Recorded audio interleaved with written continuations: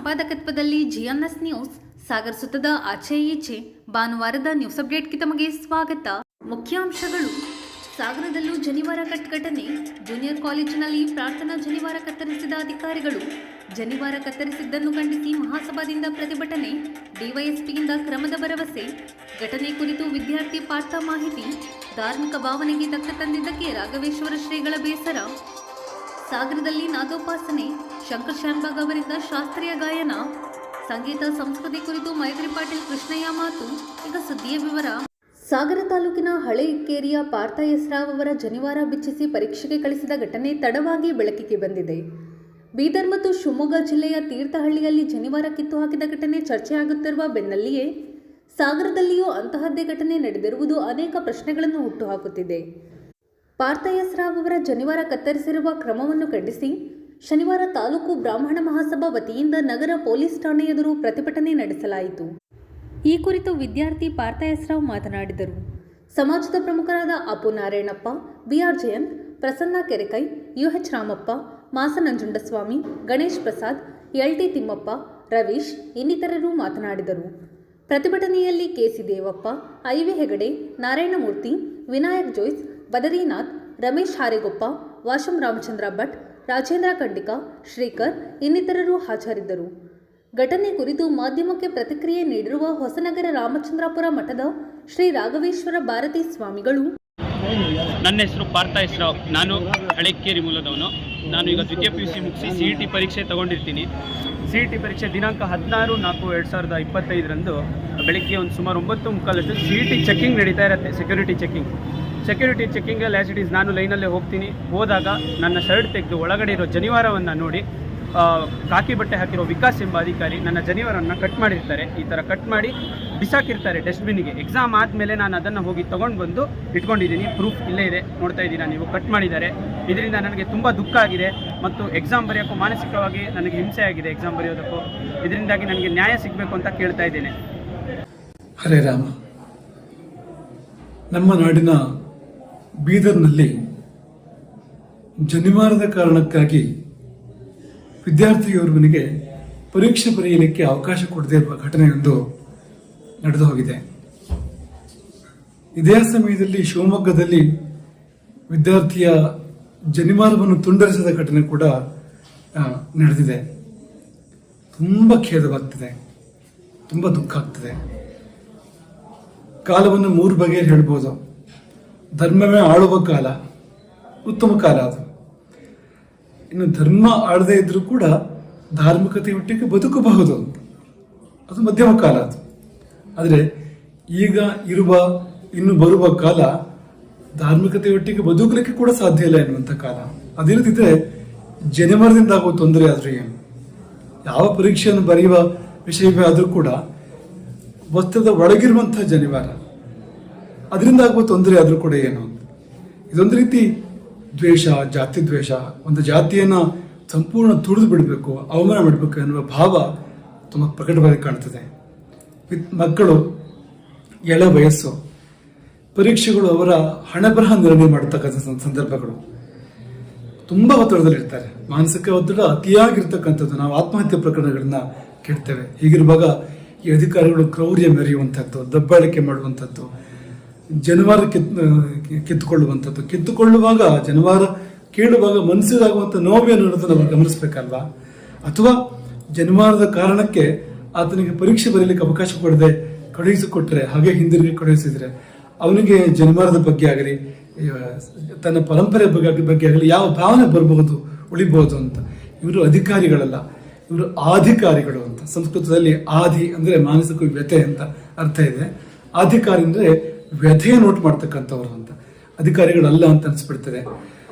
ಬ್ರಾಹ್ಮಣರು ಇದನ್ನು ಸಹಿಸಬಾರ್ದು.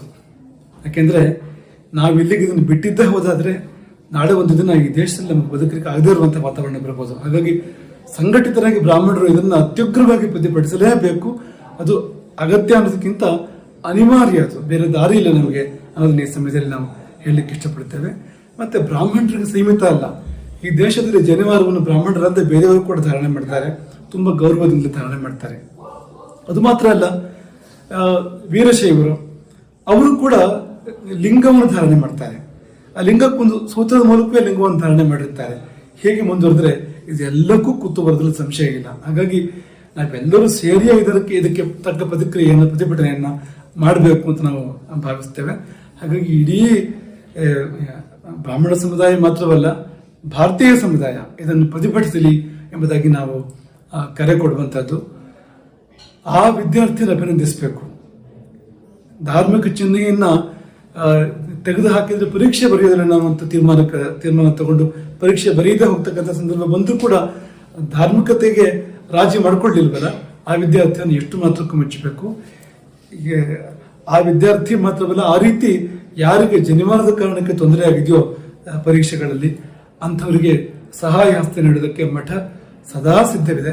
ಅವರು ನೇರವಾಗಿ ನಮ್ಮನ್ನ ಸಂಪರ್ಕ ಮಾಡಬಹುದು. ಅವರಿಗೆ ಯಾವ ರೀತಿ ಬೆಂಬಲ ಬೇಕೋ, ಆಶ್ರಯ ಬೇಕೋ ಅದನ್ನು ಕೊಡಲಿಕ್ಕೆ ರಾಮಚಂದ್ರಾಪುರ ಮಠ ಸದಾ ಸಿದ್ಧವಿದೆ ಎಂಬುದನ್ನು ಈ ಸಮಯದಲ್ಲಿ ನಾವು ಉಲ್ಲೇಖ ಮಾಡ್ತೇವೆ. ಭಾರತೀಯರು ಎಚ್ಚರಗೊಳ್ಳಿ. ಹಾಗೆ ಬ್ರಾಹ್ಮಣ ಸಮಾಜ ಖಂಡಿತವಾಗಿಯೂ ನೀವು ಎಚ್ಚರಗೊಳ್ಳಿ. ಇದಕ್ಕೆ ತಕ್ಕ ಪ್ರತಿಕ್ರಿಯೆಯನ್ನ ನಾವೆಲ್ಲ ಸೇರಿ ಮಾಡಲೇಬೇಕಾಗಿರ್ತಕ್ಕಂಥ ಕಾಲ ಈಗ ಬಂದು ಬಿಟ್ಟಿದೆ. ಶನಿವಾರ ಅಂದರೆ ಏನು ಅನ್ನೋದು ನನಗೆ ಸಂಪೂರ್ಣವಾದಂಥ ವಿದ್ಯೆ ಇಲ್ಲ, ಆವಾಗಿದ್ದಿಲ್ಲ. ಈಗ ಅದರಲ್ಲಿ ಸಂಪೂರ್ಣ ಜ್ಞಾನ ಇದೆ. ಅದು ಯಾಕಿದೆ, ಅದರ ಪವಿತ್ರತೆ ಏನಿದೆ ಎಲ್ಲವನ್ನೂ ನಾವು ಬಲ್ಲದು. ಆದರೆ ನನ್ನಂಗೆ ಎಲ್ಲರೂ ಇರಬೇಕಂತ ಇರೋದಿಲ್ಲ. ಕೆಲವೊಬ್ಬರು ಅಪಾರ್ಥ ಮಾಡ್ಕೊಳ್ಳೋ ತಿಳುವಳಿಕೆ ಇರೋರು ಸಾಕಷ್ಟು ಬಂದಿದೆ. ಇಲ್ಲಿ ಏನಾಗಿದೆ, ಪೊಲೀಸ್ ಇಲಾಖೆ ಅಂತಲ್ಲ, ಅವರು ಏನು ಮಾಡ್ಕೊಂಡಿರೋದು ಕೆಲವೊಬ್ಬರು ಬಾಯಿ ಕನ್ಫ್ಯೂಸ್ ಮಾಡ್ಕೊಂಡಿದ್ದಾರೋ ಅದು ಏನು ಮಾಡಿದ್ರು ನೋಡ್ತೀವಿ. ಇಲ್ಲಿರೋದು ಎರಡು ವಿಚಾರ ಇದೆ. ಒಂದು ಅಪರಾಧಿಕ ಉದ್ದೇಶ, ಒಬ್ಬರನ್ನು ನಿಜವಾಗಲೂ ತುಳಿಬೇಕು, ಅನ್ಯಾಯ ಮಾಡಲೇಬೇಕು ಅನ್ನುವಂಥ ಮನಸ್ಥಿತಿ ಇದ್ದರೆ ಪೊಲೀಸ್ ಇಲಾಖೆ 100% ಅವ್ರನ್ನ ತುಳಿಲಿಕ್ಕೆ ಇದಂತ ಯಾರು ಮಾಡ್ತಾರೆ ಅನ್ನೋ ಹೋದೆ ತುಳಿಸಿ ಗೊತ್ತಿಲ್ಲ.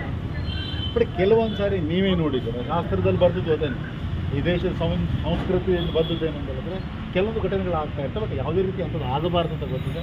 ತಾವು ಹೇಳಿದ್ರೆ ನಾವು ಮಗುವಿನ ಮೇಲೆ ಆಗೋ ಚಾನ್ಸೇ ಇಲ್ಲ ಅಂತ ಹೇಳ್ತದೆ. ಯಾಕಂತ ಹೇಳಿದ್ರೆ ಅದು ಅವರ ಧಾರ್ಮಿಕ ಭಾವನೆಗೆ ಬಿಟ್ಟಂಥ ವಿಚಾರ. ಹೇಳಿದ್ನಲ್ಲ, ಒಂದು 6 ವರ್ಷಕ್ಕೆ 8 ವರ್ಷಕ್ಕೆ ಉಪನಯನ ಆಗ್ತದೆ. ಉಪನಯನದ ಒಮ್ಮೆ ಹಾಕಿದ ಮೇಲೆ ಅವರು ಕಂಟಿನ್ಯೂ ಆಗಿ ಅದರಲ್ಲಿ ಇರಲೇಬೇಕು. ಅದು ಬಿಟ್ಟರೆ ಅವ್ರಿಗೂ ಒಂದು ಸಂಸ್ಕಾರ ಇಲ್ಲ ಅಂತ. ನಾನು ಸಂಸ್ಕಾರ ಇಂದ ಸೆನ್ಸ್ ಒಂದೊಂದು ಗೌರವಕ್ಕೆ ಸಂಬಂಧಪಟ್ಟದ್ದು. ಸೊ ಅದು ನಮಗೂ ತಿಳುವಳಿಕೆ. ಬಟ್ ಇಲ್ಲಿ ಏನು ತಪ್ಪಾಗಿದೆ ಅದನ್ನು 100ಕ್ಕೆ 100 ನಾವು ಸರಿಪಡಿಸ್ತೀವಿ. ಇಲ್ಲಿ ಯಾವುದೇ ರೀತಿಯಿಂದ ಯಾವುದೇ ಒಂದು ವರ್ಗ ಅಂತ ಹೇಳಲಿಕ್ಕೆ ಹೋಗೋದಿಲ್ಲ. ಒಂದು ಭಾವನೆ ಇದೆ. ಎಲ್ಲಕ್ಕಿಂತ ಭಾವನೆಗಿಂತಲೂ ಹೆಚ್ಚಾಗಿ ಒಬ್ಬನ ಶ್ರದ್ಧೆ ಇದೆ. ಅವರು ಜನಿವಾರ ಹಾಕುವುದು ಒಬ್ಬರಿಗೆ ಶ್ರದ್ಧೆ ಆಗಿರ್ಬೋದು, ಒಬ್ಬನಿಗೆ ತಿಳುವಳಿಕೆನೇ ಇಲ್ಲದೆ ಇರ್ಬೋದು. ಈಗ ಕೆಲವರು ಹುಡುಗರು ಹಾಕ್ಕೊಂಡಿರ್ತಾರೆ, ಅದು ಶ್ರದ್ಧೆ ಇರ್ತದೆ, ಕೆಲವೊಬ್ಬರಿಗೆ ಶೋಕಿ ಇರ್ತದೆ. ಸೊ ಇದು ಶೋಕಿ ಅಲ್ಲ ಅನ್ನೋದು ನನಗೆ ಗೊತ್ತಿದೆ. ಬಟ್ ಅದು ಯಾಕಪ್ಪ ಅರ್ಥ ಮಾಡ್ಕೊಂಡ್ರೆ ನಾವು ತನಿಖೆ 100% ಮಾಡ್ತೀವಿ. ತನಿಖೆಯಿಂದ ತಮಗೆ ನಿಜ ಹೇಳ್ತೀವಿ. ಬಟ್ ತಾವು ಶಾಂತ ರೀತಿಯಿಂದ ಹೋಗ್ಬೇಕು. ಆ ಮಗುವಿಗೆ ಏನಾಗೋದಿಲ್ಲ, ಇನ್ನು ಮುಂದೆ ಇಂಥದ್ದು ಆಗದೆ ನಮಗೂ ನಾವು ನೋಡ್ಕೊಳ್ತಾ ಇದ್ದೀವಿ. ಬಟ್ ಇಲ್ಲಿ ಅಚಾತುರ್ಯನೋ ನಿಜವಾಗಿದೆ ಅನ್ನೋದು ಕಂಡಿಡಿದ್ದೀವಿ. ಇಷ್ಟು ವಿಷಯ ಅಂತ ನಾನು ಮೊಬೈಲ್ ಬಿಟ್ಟು ಸಂಗೀತ, ನೃತ್ಯದಂತಹ ಕಲಾ ಪ್ರಕಾರಗಳಲ್ಲಿ ಮಕ್ಕಳು ತೊಡಗಿಸಿಕೊಂಡರೆ ಸಂಸ್ಕಾರ ತಾನಾಗಿಯೇ ಅವರನ್ನು ಅಪ್ಪಿಕೊಳ್ಳುತ್ತದೆ ಎಂದು ನಗರಸಭಾಧ್ಯಕ್ಷೆ ಮೈತ್ರಿ ವಿ ಪಾಟೀಲ್ ತಿಳಿಸಿದರು. ಸಾಗರದ ನಗರಸಭಾ ರಂಗಮಂದಿರದಲ್ಲಿ ಶನಿವಾರ ವೇದನಾದ ಪ್ರತಿಷ್ಠಾನ ಮತ್ತು ಸದ್ಗುರು ಹಿಂದೂಸ್ತಾನಿ ಸಂಗೀತ ವಿದ್ಯಾಲಯದ ವತಿಯಿಂದ ಹಮ್ಮಿಕೊಳ್ಳಲಾಗಿದ್ದ ನಾದೋಪಾಸನೆ ಕಾರ್ಯಕ್ರಮದಲ್ಲಿ ಪಾಲ್ಗೊಂಡು ಅವರು ಮಾತನಾಡುತ್ತಿದ್ದರು. ನಿವೃತ್ತ ಪ್ರಾಚಾರ್ಯ ಪ್ರೊಫೆಸರ್ ಕೆಆರ್ ಕೃಷ್ಣಯ್ಯ ಮಾತನಾಡಿದರು. ಇದೇ ಸಂದರ್ಭದಲ್ಲಿ ನಿವೃತ್ತ ನೌಕರರ ಸಂಘದ ರಾಜ್ಯ ಸಂಘಟನಾ ಕಾರ್ಯದರ್ಶಿ ಮಾಸ ನಂಜುಂಡಸ್ವಾಮಿ ಅವರನ್ನು ಅಭಿನಂದಿಸಲಾಯಿತು. ಶ್ರೀಧರ್ ಹೆಗಡೆ ಕಾರ್ಯಕ್ರಮದ ಅಧ್ಯಕ್ಷತೆ ವಹಿಸಿದ್ದರು. ಎಚ್.ಎಸ್. ನರಸಿಂಹಮೂರ್ತಿ, ಶರ್ಮಾ, ಮೋಹನ್ ಹೆಗಡೆ, ವಸುಧಾ ಶರ್ಮಾ ಇನ್ನಿತರರು ಹಾಜರಿದ್ದರು. ನಂತರ ಹಿಂದೂಸ್ತಾನಿ ಶಾಸ್ತ್ರೀಯ ಸಂಗೀತ ಮತ್ತು ಭಕ್ತಿ ಸಂಗೀತದಲ್ಲಿ ಪಂಡಿತ್ ಶಂಕರ್ ಶಾನ್ಭೋಗ್ ಗಾಯನಕ್ಕೆ ನಿಖಿಲ್ ವಿ ಕುಂಸಿ, ಸಂತೋಷ್ ಹೆಗಡೆ ತಬಲಾ, ಪ್ರಕಾಶ್ ಹೆಗಡೆ ಕೊಳಲು, ನೀತಾ ಮತ್ತು ಸಂವತ್ಸರ ಸಂವಾದಿನಿ ಸಾಥ್ ನೀಡಿದರು. ಸಂಗೀತದಿಂದ ಏನೆಲ್ಲ ಆಗ್ತದೆ ಅನ್ನೋದನ್ನ ಹೇಳಿದ್ರು. ನಿಜವಾಗ್ಲೂ ಅದು ಖಂಡಿತ ಹೌದು. ಸಂಗೀತದಿಂದ ಎಷ್ಟು ಮನಸ್ಸಿಗೆ ನಮಗೆ ಸಂತೋಷ ಸಿಗುತ್ತೆ ಅಂತಂದ್ರೆ, ನಾವು ಕೂಡ ಕೆಲವು ಒತ್ತಡದಿಂದ ಬಂದು ಇಲ್ಲಿ ಕುಳಿತುಕೊಂಡಾಗ ಎಷ್ಟು ಆ ಉಲ್ಲಾಸವನ್ನ ಕಂಡೆ ಅಂತಂದ್ರೆ, ನಾನು ಒಬ್ಳು ಇಲ್ಲಿ ಹೇಳ್ತಾ ಕೂತಿದ್ದೆ, ನಾನು ಇಲ್ಲಿ ಬಂದು ಏನೋ ಒಂದು ರೀತಿಯಾದ ಸಂತೋಷ ಸಿಗ್ತಾ ಇದೆ ಅಂತ. ಖಂಡಿತ ಆ ಶಕ್ತಿ ಇರೋದು ಸಂಗೀತಕ್ಕೆ ಮಾತ್ರ. ಈ ಒಂದು ನಮ್ಮ ಸಾಗರದ ಊರಿನಲ್ಲಿ ನಾನು ಹೇಳ್ತಾನೆ ಇರ್ತೀನಿ, ವಸುಧಾ ಶರ್ಮಾ ಅವರು ನನಗೆ ತುಂಬಾ ವರ್ಷಗಳ ಸ್ನೇಹಿತೆ. ಹೌದು, ಅವರು ಸಾಗರದ ನಿಮ್ಮ ಸರಸ್ವತಿ ಪುತ್ರಿ. ನೀವು ಎಂತ ಒಂದು ಕಲಾವಿದೆ, ನಮ್ಮ ಸಾಗರದ ಒಂದು ಕಲಾವಿದೆಯಿಂದ ಅದು ರಾಜ್ಯ ಮತ್ತು ರಾಷ್ಟ್ರಗಳಲ್ಲಿ ನಮ್ಮ ಮಕ್ಕಳನ್ನ ಹೊರ ರಾಜ್ಯಗಳಿಗೂ ಕಳಿಸಿ ಆ ಮಕ್ಕಳು ಯಾವ ರೀತಿಯಾಗಿ ಸಾಧನೆ ಮಾಡಿದ್ದಾರೆ ಅಂದ್ರೆ, ಇಂತಹ ಒಂದು ಗುರುಗಳನ್ನ ಪಡೆದಿರ್ತಕ್ಕಂತಹ ನಮ್ಮ ಸಾಗರದ ವಿದ್ಯಾರ್ಥಿಗಳು ನಿಜವಾಗಲೂ ಕೂಡ ಹೆಮ್ಮೆಯನ್ನ ಪಡಬೇಕು. ಅವರಿಗೆ ಅವರಲ್ಲಿ ಕಲಿತಂತ ಮಕ್ಕಳು ಈ ದಿಯಾ ಹೆಗ್ಡೆ ಇರ್ಬೋದು, ಸಾನ್ವಿ ಭಟ್ ಇರ್ಬೋದು, ನೋಡಿದ್ರ ನೀವೆಲ್ಲರೂ ಸರಿಗಮಪದಲ್ಲಿ ಯಾವ ರೀತಿಯಾಗಿ ಮಿಂಚಿದ್ದಾರೆ ಅಂದ್ರೆ, ನಮ್ಮ ಸಾಗರದ ಕೀರ್ತಿಯನ್ನ ಯಾವ ಮಟ್ಟಕ್ಕೆ ತಗೊಂಡೋಗಿದ್ದಾರೆ ಅಂದ್ರೆ ಅದಕ್ಕೆ ಸಿಕ್ಕಿದ್ದು ಇಂತಹ ಒಂದು ಒಳ್ಳೆಯ ಗುರುಗಳು. ಇಂತಹ ಒಂದು ಒಳ್ಳೆಯ ಶಿಕ್ಷಣ ಸಂಸ್ಥೆ ಇದ್ರೆ ಏನನ್ನು ಬೇಕಾದರೂ ಸಾಧಿಸಬಹುದು ಅನ್ಲಿಕ್ಕೆ ಇದು ಒಂದು ದೊಡ್ಡ ಉದಾಹರಣೆ. ಮತ್ತೆ ನಮ್ಮ ಮಕ್ಕಳಲ್ಲಿ ನಾನು ಕೇಳ್ಕೊಳ್ಳೋದಿಷ್ಟೇ, ಮೊಬೈಲ್ ಜಗತ್ತಿಗೆ ಮಕ್ಕಳು ದಾಸರಾಗ್ತಾ ಇದ್ದಾರೆ. ಮೊಬೈಲ್ ಇಂಟರ್ನೆಟ್ ಇಂದ ಹೊರಗೆ ಬರಬೇಕು ಅಂತಂದ್ರೆ ಇಂಥ ಒಂದು ಸಂಗೀತ ಅಂದ್ರೆ ಸಂಗೀತ ಆಗಿರ್ಬೋದು, ನೃತ್ಯ ಆಗಿರ್ಬೋದು, ತಬಲ ಆಗಿರ್ಬೋದು, ಈ ರೀತಿಯ ಒಂದು ನಮ್ಮಲ್ಲಿ ನಮ್ಮ ಜೀವನದಲ್ಲಿ ಅಳವಡಿಸಿಕೊಂಡಾಗ ಮಾತ್ರ ಕೂಡ ನಾವು ಕೂಡ ಸಂಸ್ಕಾರವನ್ನ ಕಲೀಲಿಕ್ಕೆ ಸಾಧ್ಯ. ನಾನಿಲ್ಲಿ ಬಂದಾಗ ನೋಡಿದೆ ಮಕ್ಕಳು ಗುರುಗಳಿಗೆ ನಮಸ್ಕಾರವನ್ನ ಮಾಡಿ ಹೋಗ್ತಾ ಇದ್ರು. ಆ ಸಂಸ್ಕಾರವನ್ನ ಏನಾದ್ರೂ ಕಲೀಲಿಕ್ಕೆ ಸಾಧ್ಯ ಅಂತ ಅಂದ್ರೆ ಈ ಒಂದು ಸಂಗೀತ, ನಾಟ್ಯ ಇಂಥ ಒಂದು ಸಂಸ್ಥೆಗಳಲ್ಲಿ ಸಿಗುತ್ತೆ. ಇದು ಮಕ್ಕಳಿಗೆ ಇವತ್ತಿನ ಜಗತ್ತಿಗೆ ಬೇಕು. ಪೋಷಕರಲ್ಲೂ ಅಷ್ಟೇ, ಮಕ್ಕಳಲ್ಲಿ ಯಾವ ಪ್ರತಿಭೆಯಲ್ಲಿ ಅವರು ಮುಂದಿದ್ದಾರೆ ಅಂತ ಹೇಳ್ಬಿಟ್ಟು ನಾವು ನೋಡ್ಕೋಬೇಕು. ನನ್ನ ಮಕ್ಕಳು ಅದೇ ಆಗ್ಬೇಕು, ಇದೇ ಆಗ್ಬೇಕು ಅಂತ ಹೇಳ್ಬಿಟ್ಟು ನಾವು ಯಾವತ್ತೂ ಅನ್ಕೋಬಾರ್ದು. ಮಕ್ಕಳಲ್ಲಿ ಅವರು ಯಾವ ಕ್ಷೇತ್ರದಲ್ಲಿ ಮುಂದೆ ಬರ್ತಾರೆ, ಸಂಗೀತದಲ್ಲಿರ್ಬೋದು, ನೃತ್ಯದಲ್ಲಿರ್ಬೋದು, ಇಂಥಕ್ಕೆ ನಾವು ಈ ಒಂದು ವಿಷಯಕ್ಕೆ ನಾವು ಯಾವಾಗಲೂ ಪ್ರೋತ್ಸಾಹವನ್ನ ಕೊಡುವಂತವ್ರು ಆಗ್ಬೇಕು ಅಂತ ಹೇಳ್ತಾ, ಸದಾಚಾರ, ಸಂಸ್ಕೃತಿ, ಸುವಿಚಾರಗಳನ್ನ ನಾವು ಜೀವನದಲ್ಲಿ ಮೈಗೂಡಿಸ್ಕೊಂಡ್ರೆ, ಇಂತಹ ಒಂದು ಹಿರಿಯರ ಒಂದು ಜೊತೆಯಲ್ಲಿ ಬೆರೆತ್ರೆ ನಾವು ಕೂಡ ಸಮಾಜದಲ್ಲಿ ಉತ್ತಮ ಒಂದು ನಡವಳಿಕೆಯನ್ನ ಕಲಿಬಹುದು, ಸಂಸ್ಕಾರಗಳನ್ನು ಕಲಿಬಹುದು. ಗುರು ಹಿರಿಯರ ಜೊತೆ ಬೆರೆಯೋದ್ರಿಂದ ನಮಗೆ ಎಲ್ಲಾ ರೀತಿಯ ಸಂಸ್ಕಾರಗಳು ಸಿಗುತ್ತೆ. ಪಠ್ಯ ಪುಸ್ತಕಗಳಿಂದ ಕಲಿಯುವುದು ಮಾತ್ರ ಒಂದು ವಿದ್ಯೆ ಅಲ್ಲ, ಮನೆ ಮತ್ತು ಸಮಾಜದಿಂದ ಕೂಡ ನಾವು ಸಂಸ್ಕಾರಗಳನ್ನ ಕಲಿಬಹುದು. ಇಂತಹ ಕಾರ್ಯಕ್ರಮಗಳಲ್ಲಿ ನಾವು ಪೋಷಕರು ಮಕ್ಕಳನ್ನ ಕರ್ಕೊಂಡೋಗಿ ಅವರಿಗೆ ಇಂಥದ್ರಲ್ಲಿ ಅದೇ ಮಾತು ಆಗಿದ್ರೆ, ಭಾಷಣ ಮಾಡೋರಾಗಿದ್ರೆ ಬಹುಶಃ ಇದರಲ್ಲಿ ಕಾಲುಭಾಗ ಜನರು ಕೂಡ ಇರ್ತೀವಿ. ಬೆಳಗಿನಿಂದ ಕೇಳಲಿಕ್ಕೆ ಇರ್ತಿರ್ಲಿಲ್ಲ. ಯಾರು ಎಷ್ಟೇ ಚೆನ್ನಾಗಿ ಮಾತಾಡಲಿ 1 ಗಂಟೆ 2 ಗಂಟೆ 3 ಗಂಟೆ ಮಾತಾಡ್ಬೋದು, ಅದಕ್ಕಿಂತ ಹೆಚ್ಚು ಕೇಳಲಿಕ್ಕೆ ಆಗೋದಿಲ್ಲ. ಅದು ಬೆಳಗ್ಗೆ ಇಷ್ಟೊಂದು ಕೂಡ ಸಂಗೀತ ಕೇಳ್ತಾ ಇದ್ದೀರಿ ಅಂದ್ರೆ ಅದು ಸಂಗೀತಕ್ಕಿರ್ತಕ್ಕಂತಹ ಶಕ್ತಿ ಎಂಬುದಾಗಿ ನಾನು ಭಾವಿಸ್ತೇನೆ. ಸಾಹಿತ್ಯ ಸಂಗೀತ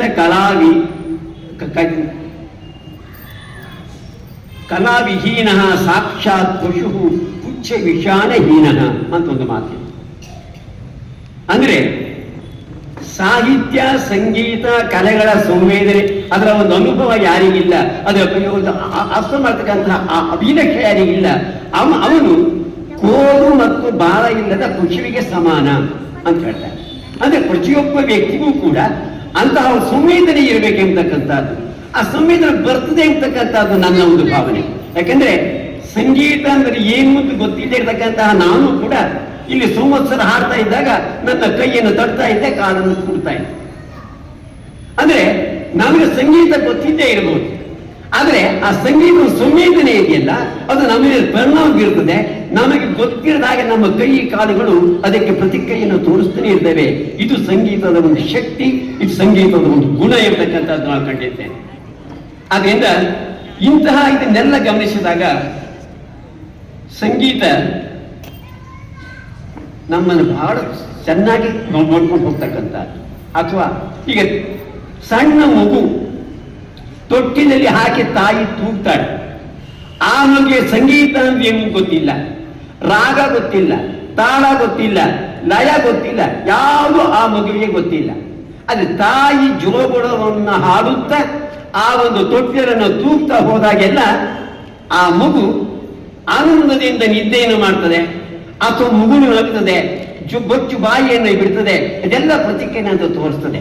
ಅಂದ್ರೆ ಆ ಮುಗ್ಧವಾದಂತಹ ಮನದ ಆ ಮಗುವಿಗೆ ನಿದ್ದೆಯನ್ನು ಭರಿಸ್ತಕ್ಕಂತಹ ಒಂದು ಶಕ್ತಿ ಆ ಜೋಗುಳಕ್ಕೆ ಇದೆ ಅಂತಂದ್ರೆ ಅದು ಸಂಗೀತ. ಆದುದರಿಂದಲೇ ಸಂಗೀತ ಮತ್ತು ಮಾತು ಇದೆರಡು ಕೂಡ ಬೇರೆ ಬೇರೆಯಾಗಿರ್ತಕ್ಕಂಥ. ಸಂಗೀತದಲ್ಲಿ ಮಾತು ಬರಬಹುದು, ಭಾಷೆ ಬರಬಹುದು, ಆದ್ರೆ ಮಾತಿಗಿಂತ ಹೆಚ್ಚು ಪರಿಣಾಮಕಾರಿಯಾಗಿರ್ತಕ್ಕಂಥದ್ದು ಸಂಗೀತ ಇರ್ತಕ್ಕಂಥದ್ದು. ಯಾರಿಗೇ ದುಃಖವಾಗಿರಲಿ, ಯಾರಿಗೇ ಸಂತೋಷವಾಗಿರಲಿ, ಅವರಿಗೆ ನಾವು ಮಾತುಗಳಿಂದ ಹೇಳುವುದಕ್ಕಿಂತ ಒಂದು ಹಾಡಿನ ಮೂಲಕ ಅವರನ್ನು ನಾವು ರಂಜಿಸಿದಾಗ, ರಮಿಸಿದಾಗ ಸಮಾಧಾನ ಆಗ್ತಕ್ಕಂಥದ್ದು ಬಹಳ ಹೆಚ್ಚಿಗಿರ್ತಕ್ಕಂಥದ್ದನ್ನ ನಾವು ಮನಗಂಡ್ಬೇಕು. ಯಾಕೆಂದ್ರೆ ಪೃಥ್ವಿ ಚೌಡಯ್ಯನವರು ಬಹಳ ಪ್ರಸಿದ್ಧರಾಗಿರ್ತಕ್ಕಂತಹ ಸಂಗೀತ ವಿದ್ವಾಂಸರಾಗಿದ್ದರು. ಅವರು ತಮ್ಮ ಕೃತಿಯನ್ನ ಹೂವಿನ ಗಿಡಗಳ ಎದುರಿಗೆ, ಹಣ್ಣಿನ ಗಿಡಗಳ ಎದುರಿಗೆ ಬಾರಿಸ್ತಾ ಇದ್ರಂತೆ. ಅದರ ಪರಿಣಾಮ ಆ ಗಿಡಗಳಲ್ಲಿ ಹೆಚ್ಚು ಹಣ್ಣು ಹೂವು ಆಯ್ತು ಅಂತಕ್ಕಂಥದನ್ನ ಹೇಳಿದ್ದೇನೆ ಕೇಳಿದ್ದೆ ನಾನು. ಇದು ಭಾನುವಾರದ ಸಮಗ್ರ ಸುದ್ದಿ. ನಿರಂತರ ಸುದ್ದಿಗಾಗಿ ನೋಡ್ತಾ ಇರಿ GNS ನ್ಯೂಸ್. ನಮಸ್ಕಾರ.